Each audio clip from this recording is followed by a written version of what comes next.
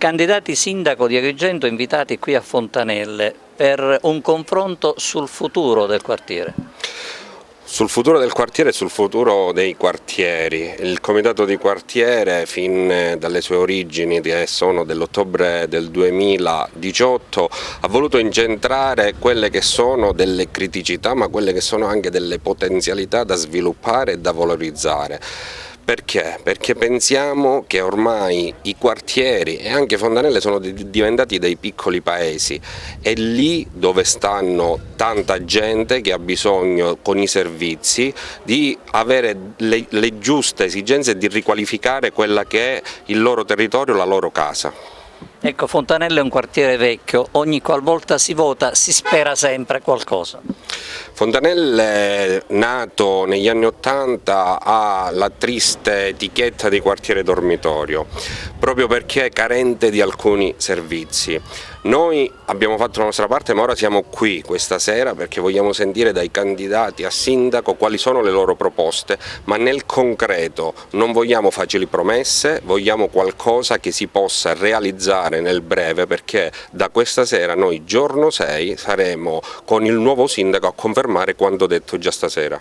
Collega Claudio Spoto, tu abiti a Fontanelle, quindi conosci benissimo, tu sarai il moderatore di questo incontro, come cerchi di organizzarlo? Ma sarà un incontro, un confronto importante, perché intanto il primo dopo che è iniziata la campagna elettorale, ieri è scaduto il termine ultimo per la presentazione delle liste, dunque questo è il primo incontro dibattito. Le periferie al centro, questo è il titolo, e dunque un focus su quelli che sono i problemi, le emergenze e le criticità che riguardano il quartiere, così come Fontanelle, ma così come gli altri quartieri della città. Dunque cercheremo di capire quale sarà la visione, i contenuti, quali saranno le linee programmatiche dei candidati a sindaco, perché bisogna esprimere un voto consapevole rispetto a quelli che sono gli impegni che assumeranno i candidati a sindaco. Candidato Zamputo, quale priorità per Fontanelle secondo lei? Per Fontanelle come per tutta la città, nel senso di una città pulita. Anche in questo quartiere vediamo una condizione dal punto di vista della pulizia che va assolutamente migliorata, un modello che va cambiato.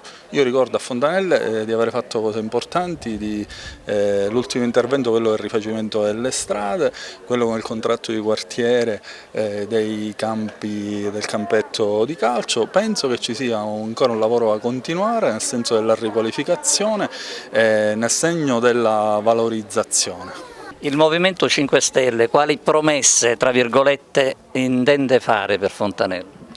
Allora, la promessa è sempre quella di essere più vicini ai cittadini. Qui ci sono degli uffici, hanno anche sistemato un po' la biblioteca, ma sono delle situazioni che devono essere rese più alla portata dei cittadini. Poi noi per esempio abbiamo un depuratore qua a Fontanelle, un depuratore di cui non si sa niente. So benissimo che la responsabilità è dell'ATI, però ci dovrebbe essere qualcuno che va all'ATI a sbattere i pugni sul tavolo e a dire ma funziona, non funziona, perché comunque l'interesse è sempre quello della città, anche se la gestione non è comunale. Anche quelle per una razionalizzazione dei trasporti pubblici, con un biglietto che non sia quello che viene strappato se uno si deve spostare da una parte all'altra passando per esempio da Piazza Stazione perde il biglietto. Da Presidente del Consiglio Comunale lei conosce i problemi di Fontanelle, da candidato sindaco cosa si sente di promettere, tra virgolette?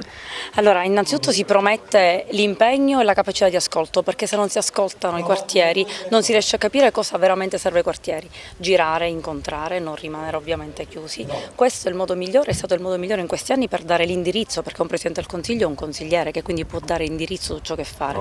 Da candidato sindaco mi auguro di avere le condizioni e il potere ovviamente per poter direttamente incidere, parlando di inclusione sociale, di sport, di recupero di impianti, perché sono pochi gli impianti ma alcuni ci sono e non sono stati esternalizzati, non sono stati omologati, quindi poco da questo punto di vista possiamo in questo momento registrare, sempre di più dobbiamo fare. Poi tanto altro, perché l'importante è cominciare a ragionare non in termini di periferie, che sa di isolamento, di marginalità, ma di un'unica città con delle peculiarità per zone, partire da questo concetto. Sindaco uscente e candidato sindaco, Fontanelle sta aspettando tante cose, qual è la priorità secondo lei?